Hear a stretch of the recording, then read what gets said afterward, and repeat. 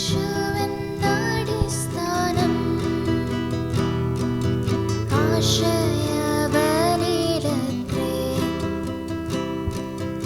ആശ്വാസത്തിൻ പൂർണ്ണത യേശുവിൽ കണ്ടേ ഞാനും. ആശ്വാസത്തിൻ പൂർണ്ണത യേശുവിൽ കണ്ടേ ഞാനും. ദൈവനാമം മഹത്വപ്പെടുമാറാകട്ടെ. ഇന്ന് എന്നെ ശ്രവിക്കുന്നതിൻ്റെ എല്ലാ പ്രിയപ്പെട്ടവർക്കും നമ്മെ ചേർത്തുകൊള്ളുവാനായി വേഗം വരുന്ന കർത്താവായ യേശുക്രിസ്തുവിൻ്റെ നാമത്തിൽ സ്നേഹവന്ദനം. ഈ ദിവസങ്ങളിൽ നാം വളരെ പ്രധാനപ്പെട്ട ഒരു ദൈവിക സത്യം, ദൈവിക കൽപ്പന നമ്മൾ ചിന്തിക്കുകയായിരുന്നല്ലോ. നമുക്കതിനാധാരമാക്കി വീണ്ടും ആ വാക്യം തന്നെ നമുക്ക് ഒന്നുകൂടെ വായിക്കാം. ഗലാത്യ ലേഖനം 6-ാം അധ്യായത്തിൻ്റെ 7-ാം വാക്യം. വഞ്ചനപ്പെടാതിരിപ്പീൻ, ദൈവത്തെ പരിഹസിച്ചുകൂടാ. മനുഷ്യൻ വിധിക്കുന്നത് തന്നെ കൊയ്യും. ജഡത്തിൽ വിധിക്കുന്നവൻ ജഡത്തിൽ നിന്ന് നാശം കൊയ്യും. നാം ഈ ദിവസങ്ങളിൽ ജഡത്തിൽ വിതയ്ക്കുന്നവൻ ജഡത്തിൽ നിന്ന് നാശം കൊയ്യും എന്നതിൻ്റെ അടിസ്ഥാനത്തിലാണ് നാം അത് കണ്ടു. ഏതൊക്കെയാണ് ഈ ജഡത്തിൻ്റെ വിത്തുകൾ അല്ലെങ്കിൽ ജഡത്തിൻ്റെ പ്രവൃത്തികൾ ഏതൊക്കെയാണെന്ന് നാം കണ്ടു. അതിൽ രണ്ട് ജഡത്തിൻ്റെ വിത്തിനെക്കുറിച്ച് നമ്മൾ കണ്ടു. ഒന്നാമതായിട്ട് നാം കണ്ടത് അനുസരണക്കേടിനെ കുറിച്ചാണ്. അനുസരണക്കേട് വിതച്ചാൽ എന്ത് സംഭവിക്കും എന്ന് നാം കണ്ടു. അതുപോലെ കോപവും അസൂയയും വിതച്ചാൽ എന്ത് സംഭവിക്കും എന്ന് നാം കണ്ടു. ഇന്ന് നമ്മൾക്ക് ഒരു വേദഭാഗം വായിക്കാം. മത്തായി എഴുതിയ സുവിശേഷം 15-ാം അധ്യായത്തിൻ്റെ 19-ാം വാക്യം. ദുർചിന്ത, കുലപാതകം, വ്യഭിചാരം, പരസംഗം, അത് കഴിഞ്ഞ് ഒത്തിരി ലിസ്റ്റുണ്ട്. എന്നാൽ ഇന്ന് നമുക്ക് ദുർചിന്ത, ദുർനടപ്പ്, അശുദ്ധി, വ്യഭിചാരം ഇവ നമ്മൾ വിതച്ചാൽ എന്ത് സംഭവിക്കും എന്നുള്ളത് നമ്മൾക്ക് ഒന്ന് ചിന്തിക്കാം. നമുക്ക് 1 ശെമൂവേലും 2 ശെമൂവേലും കൂടെ നമ്മൾ നോക്കിയാൽ അനേക കാര്യങ്ങൾ നമുക്ക് അവിടെ നിന്ന് മനസ്സിലാക്കുവാനായിട്ട് സാധിക്കും. അതിൽ ദൈവം ശെമൂവേലിനോട് പറഞ്ഞു, മനുഷ്യൻ പുറത്തുള്ളത് നോക്കുന്നു, ദൈവമോ ഹൃദയങ്ങളെ നോക്കുന്നു. അങ്ങനെ ദൈവം ഹൃദയങ്ങളെ നോക്കി തിരഞ്ഞെടുത്ത ഒരു വ്യക്തിയായിരുന്നു ഇസ്രായേലിലെ രാജാവായിരുന്നു ആയ ദാവീദ് എന്ന് നമുക്ക് മനസ്സിലാക്കുവാനായിട്ട് സാധിക്കും. സ്പെഷ്യലി തിരഞ്ഞെടുത്ത് അവൻ്റെ ഹൃദയം എന്തെന്ന് മനസ്സിലാക്കി അവനെ ഒരു വലിയ ദൗത്യത്തിനായിട്ട് ഇസ്രായേൽ രാജാവാകുന്നതിന് വേണ്ടി ഒരു രാജാവാക്കി തീർത്തു എന്ന് കാണാനായിട്ട് സാധിക്കും. ആട്ടിടയനായിട്ട് നടന്ന ദാവീദിനെ ഇപ്പോൾ ദാവീദ് ആട്ടിടയനല്ല, അല്ലെങ്കിൽ ആടുകളെ മേയ്ക്കാൻ അലഞ്ഞു തിരിഞ്ഞു നടക്കുന്ന വ്യക്തിയല്ല, ഒരു രാജാവാണ്. അത്ര ഒരു ഹൈ പൊസിഷൻ ദാവീദിന് ദൈവം കൊടുക്കുന്നു.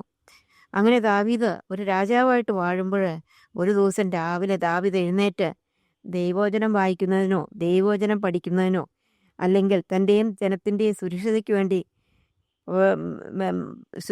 വേണ്ടി യുദ്ധം ചെയ്യുന്ന പടയാളികളെ ഓർത്ത് പ്രാർത്ഥിക്കുന്നതിന് പകരമായിട്ട് ദാവീദ് രാവിലെ എഴുന്നേറ്റ് രാജധാനിയുടെ മാളികമേൽ ഉലാവിക്കൊണ്ടിരിക്കുകയാണ്. അങ്ങനെ രാജാവ് ഉലാവിക്കൊണ്ടിരുന്നു. രാജാവിൻ്റെ ചിന്ത അപ്പോഴാണ് അവിടെ അടുത്ത് തന്നെ അവിടെ ഊരിയാവിൻ്റെ ഭാര്യ കുളിക്കുകയായിരുന്നു. ഊരിയാവിൻ്റെ ഭാര്യ കുളിച്ചുകൊണ്ടിരിക്കുമ്പോൾ ദാവീദിന് ഇഷ്ടം പോലെ ഭാര്യമാരുണ്ട്. അപ്പോൾ ഊരിയാവിൻ്റെ ഭാര്യ കുളിക്കുന്നത് ദാവീദ് നോക്കുവാൻ പാടില്ലായിരുന്നു.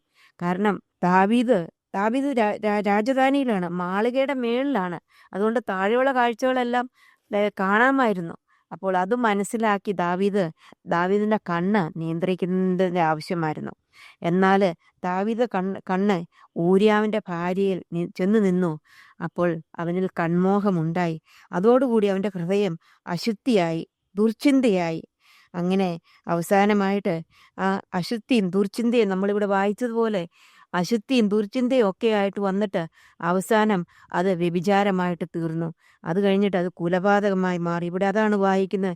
എങ്ങനെയെന്നാൽ ദുർചിന്ത, കുലപാതകം, വ്യഭിചാരം, പരസംഗം, മോഷണം, കള്ളസാക്ഷ്യം, ഇത് ദാവീദിൻ്റെ ജീവിതത്തിൽ ഈ പാപങ്ങൾ ഒന്നൊന്നായിട്ട് വന്നു എന്ന് നമുക്ക് കാണുവാനായിട്ട് സാധിക്കും. അപ്പോൾ ദാവീദ് രാജാവായതുകൊണ്ട് ഊരിയാവിൻ്റെ ഭാര്യയെ അവന് പൊസിഷനുണ്ട്. അതുകൊണ്ട് രാജാവിൻ്റെ ബെർശേബയെ വിളിച്ചു അവളുമായിട്ട് വ്യഭിചാരം ചെയ്തു.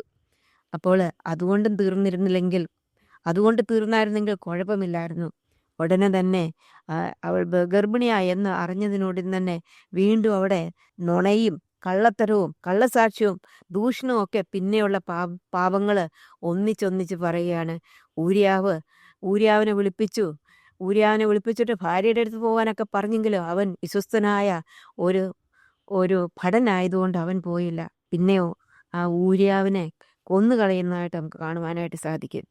അപ്പോൾ അശുദ്ധി, കൺമോഹം, അശുദ്ധി, ദുർചിന്ത അത് ഹൃദയത്തിലേക്ക് വന്നത് മുഖാന്തരമായിട്ട് അത് ആ വിത്താണ് അവൻ അന്ന് വിതച്ചതിൻ്റെ മുഖാന്തരമായിട്ട് അത് വ്യഭിചാരത്തിൽ ചെന്നെത്തി. അവിടെയും നിന്നില്ല. വ്യഭിചാരം കഴിഞ്ഞിട്ട് അവസാനം അത് കൊലപാതകമായിട്ട് തീർന്നു എന്നുള്ളത് ദാവീദ് വിചാരിച്ചു. ആരും അറിഞ്ഞില്ല. കൊലപാതകം വന്നു, ആരും അറിഞ്ഞില്ല. സൂത്രത്തിൽ ബേർസേബയെ തൻ്റെ ഭാര്യയായിട്ട് സ്വീകരിച്ചു.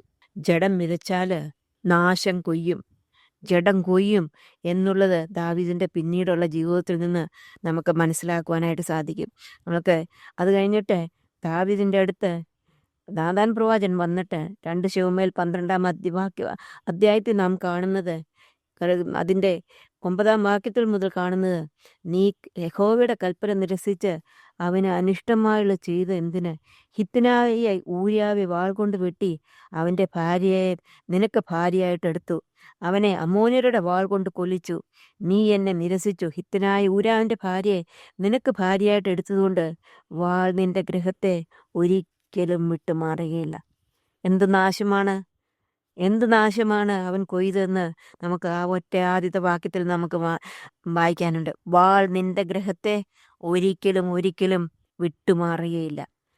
അവൻ അവൻ അവൻ കൊലപാതകം നടത്തി, അവൻ വ്യഭിചാരം നടത്തി. അതുകൊണ്ട് അതിൻ്റെ രണ്ടും അവൻ വിതച്ചത് അവൻ്റെ പിന്നെയുള്ള ജീവിതത്തിൽ കൊയ്തു എന്ന് നമുക്ക് കാണുവാനായിട്ട് സാധിക്കും. നമുക്കറിയാം, അബ്നോന് സ്വന്തം പെങ്ങളുമായിട്ട് ആഗ്രഹമുണ്ടാകുകയും അവിടെ വീണ്ടും വ്യഭിചാരം നടക്കുകയാണ്. അതിനുശേഷം അവളെ വെറുക്കുകയും ചെയ്തു. അതിന് പകരമായിട്ട് അബ്ശലോം താമാറിൻ്റെ ആങ്ങള അബ്ശലോം അബ്നോനെ കൊല്ലുന്നതായിട്ട് നമുക്ക് കാണുവാനായിട്ട് സാധിക്കും. അതുകൊണ്ടും തീർന്നില്ല. ശലോമോൻ രാജാവ് സ്വന്തം ചേട്ടനായ അദോന്യാവെ കൊല്ലുന്നതായിട്ട് നമ്മൾ കാണുന്നു. വാൾ ആ ഗ്രഹത്തെ വിട്ടുമാറിയിട്ടില്ല എന്ന് നമുക്ക് കാണുവാനായിട്ട് സാധിക്കും. അത് കഴിഞ്ഞ് ദൈവത്തിൻ്റെ വചനം പറയുകയാണ്, 11 വാക്യത്തിൽ പറയാണ്, യഹോവ ഇപ്രകാരം അരുളി ചെയ്യുന്നു, നിന്റെ സ്വന്തം ഗ്രഹത്തിൽ നിന്ന് ഞാൻ നിനക്ക് അനർത്ഥം വരുത്തും. അതെ, അബ്ശലോം ദാവീദിനെ കൊല്ലുവാനായിട്ട് അവൻ പരിശ്രമിക്കുകയും ദാവീദ് കൊട്ടാരം വിട്ട് അവിടെ നിന്ന് പോകുന്നതായിട്ട് നമുക്ക് കാണാനായിട്ട് സാധിക്കും. എത്ര ദുഃഖകരമായിട്ടാണ്. ജഡം വിതച്ചാൽ നാശം കൊയ്യും. എത്ര ദുഃഖകരമായിട്ട് വീണ്ടും പ്രായമുള്ള വ്യക്തി മരുഭൂമിയിൽ കൂടി അലഞ്ഞു തിരിഞ്ഞ് നടക്കേണ്ടതായിട്ടുള്ള വീണ്ടും അവസ്ഥ വന്ന് അത് പറയാണ്, സ്വഗ്രഹത്തിൽ നിന്ന് അവന് നാശമുണ്ടാകും. മാത്രമല്ല, അബ്ശലോം ദാവീദിൻ്റെ ഭാര്യമാരെ മറ്റുള്ളവർ കാണുകെ വീണ്ടും അവിടെ വ്യഭിചാരം നടക്കുകയാണ്. എത്രയോ നാശമാണ് എന്നുള്ളത് നമുക്ക് ചിന്തിക്കുമ്പോൾ മനസ്സിലാകുവാനായിട്ട് സാധിക്കും. അത് കഴിഞ്ഞിട്ട് പറയുകയാണ്, അവൻ ഈ സൂര്യൻ്റെ വെട്ടത്ത് തന്നെ നിന്റെ ഭാര്യമാരോടുകൂടി സഹിക്കും. നീ കാണുക, ഞാൻ നിന്റെ ഭാര്യമാരെ എടുത്ത് നിന്റെ കൂട്ടുകാരന് കൊടുക്കും. അവൻ ഈ സൂര്യൻ്റെ വെട്ടത്ത് തന്നെ നിന്റെ ഭാര്യമാരോട് സഹിക്കും. അവിടെ വ്യഭിചാരം ചെയ്ത അടുത്ത ഇതാണ്. അവിടെ അബ്ശലോം അത് ചെയ്തതായിട്ട് നമുക്ക് മനസ്സിലാക്കുവാനായിട്ട് സാധിക്കും. കർത്താവ് പറയാണ്, നീ ഇത് രഹസ്യത്തിൽ ചെയ്തു, ഞാനോ ഈ കാര്യം ഇസ്രായേലൊക്കെയും കാണുകെ സൂര്യൻ്റെ വെട്ടത്ത് തന്നെ നടത്തും. ഇത്ര കാര്യം ഇത് നമുക്ക് വ്യക്തമായിട്ട് മനസ്സിലാക്കുവാനായിട്ട് സാധിക്കും. അവൻ ജഡത്തിൻ്റെ വിത്ത് വിതച്ചു, അവൻ നാശം കൊയ്തു എന്ന് മനസ്സിലാക്കുവാനായിട്ട് സാധിക്കും. ജഡത്തിൻ്റെ വിത്ത് വിതച്ചാൽ സഹോദരിമാരെ നാശം മാത്രമേ കൊയ്യുവാനായിട്ട് സാധിക്കുകയുള്ളൂ. അത് ദൈവവചനമാണ് പറയുന്നത്. അത് പ്രിൻസിപ്പിളാണ്. അത് ദൈവത്തിൻ്റെ കൽപ്പനയാണ്. ജഡം വിതച്ചിട്ട് ആരും ആത്മാവിൻ്റെ ഫലം കൊയ്യുവാനായിട്ട് സാധിക്കത്തില്ല. ജഡത്തിൻ്റെ പ്രവൃത്തി വിതച്ചാൽ ഒരിക്കലും ആത്മാവിൻ്റെ ഫലങ്ങൾ കൊയ്യുവാൻ സാധിക്കില്ല. ജഡത്തിൻ്റെ വിത്ത് വിതച്ചാൽ ജഡത്തിൻ്റെ ഫലമായ നാശം കൊയ്യുമെന്നുള്ളതാണ് ദൈവത്തിൻ്റെ പറയുന്നത്. ദാവീദ് രാജാവ് ദുർചിന്ത, ദുർനടപ്പ്, അശുദ്ധി, വ്യഭിചാരം വിതച്ചു. അവനും അവൻ്റെ കുടുംബവും അത് മുഖാന്തരമായിട്ട് നാശം കൊയ്യുന്നതായിട്ട് നമുക്ക് കാണുവാനായിട്ട് സാധിക്കും. ഇവിടെ തീർന്നില്ല കേട്ടോ. അവിടെ അവനുണ്ടായ മകനും അവൻ്റെ ഓമന പുത്രനും അവനും മരിക്കുന്നതായിട്ട് നമുക്ക് കാണുവാനായിട്ട് സാധിക്കും. അത് പറയുകയാണ്, എങ്കിലും നീ ഈ പ്രവൃത്തിയിൽ യഹോവയുടെ ശത്രുക്കൾ ദൂഷണം പറയുവാൻ ഹേതു ഉണ്ടാക്കിയതുകൊണ്ട് നിനക്ക് ജനിച്ചിട്ടുള്ള കുഞ്ഞ് മരിച്ചു പോകും എന്ന് പറഞ്ഞ് ദാതാൻ തൻ്റെ വീട്ടിലേക്ക് പോയി. അതുപോലെ തന്നെ ദാവീദിന്റെ ജീവിതത്തോടുള്ള ബന്ധത്തിൽ നാഥാൻ അനേക വർഷങ്ങൾക്ക് മുമ്പ് പറഞ്ഞ കാര്യങ്ങൾ അതുപോലെ തന്നെ സംഭവിക്കുന്നതായിട്ട് കാണാനായിട്ട് സാധിക്കും. അതിനുണ്ടാക്കിയ സാഹചര്യം പിന്നീട് വേറെ വേറെ സാഹചര്യങ്ങളാണ് ഉണ്ടായത്. എന്നാൽ അന്ന് ദാവീദിന്റെ ചെറുപ്രായത്തിൽ ചെയ്തതായിട്ടുള്ള കാര്യം, അതിൻ്റെ ഫലം അവൻ നാശം കൊയ്തു എന്നുള്ളത് നമുക്ക് മനസ്സിലാക്കുവാനായിട്ട് സാധിക്കും. അപ്പോൾ ദൈവത്തെ പരിഹസിച്ചുകൂടാ. മനുഷ്യൻ വിതയ്ക്കുന്നത് തന്നെ കൊയ്യും. ജഡത്തിൽ വിതച്ചാൽ നാശം കൊയ്യും. അത് മാറ്റമില്ലാത്ത ലോയാണ്, മാറ്റമില്ലാത്ത നിയമമാണ്. അതുകൊണ്ട് പ്രിയ സഹോദരിമാരെ, നമ്മുടെ ജീവിതത്തിൽ നമ്മൾ ഓരോ ദിവസവും ജീവിക്കുമ്പോൾ നമ്മൾ ഒരു കാര്യം ഓർക്കണം. ഞാനിന്ന് ജഡത്തിൻ്റെ വിത്താണോ വിതച്ചത്, ആത്മാവിൻ്റെ വിത്താണോ? 2 സൈസ് വിത്തുകളുണ്ട്. നാം ഈ ദിവസങ്ങളിൽ ജഡത്തിൻ്റെ വിത്തുകളെക്കുറിച്ചാണ് നമ്മൾ പഠിച്ചുകൊണ്ടിരിക്കുന്നത്.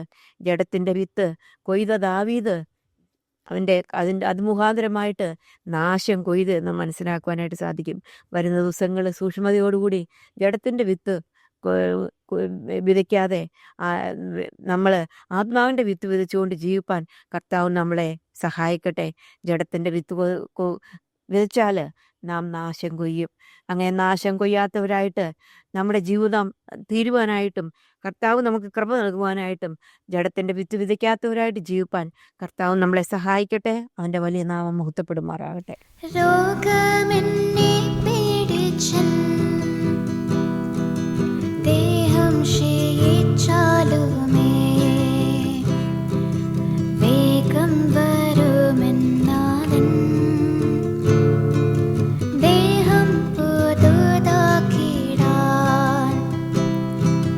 വേഗം വരുമെന്നാഥൻ ദേഹം പുതുതാക്കിടാൻ യേശുവെന്നടിസ്ഥാനം ആശ്രയബലിലത്രേ ആശ്വാസത്തിൻ പൂർണ്ണത യേശുവിൽ കണ്ടേ ജ്ഞാനം ആശ്വാസത്തിൻ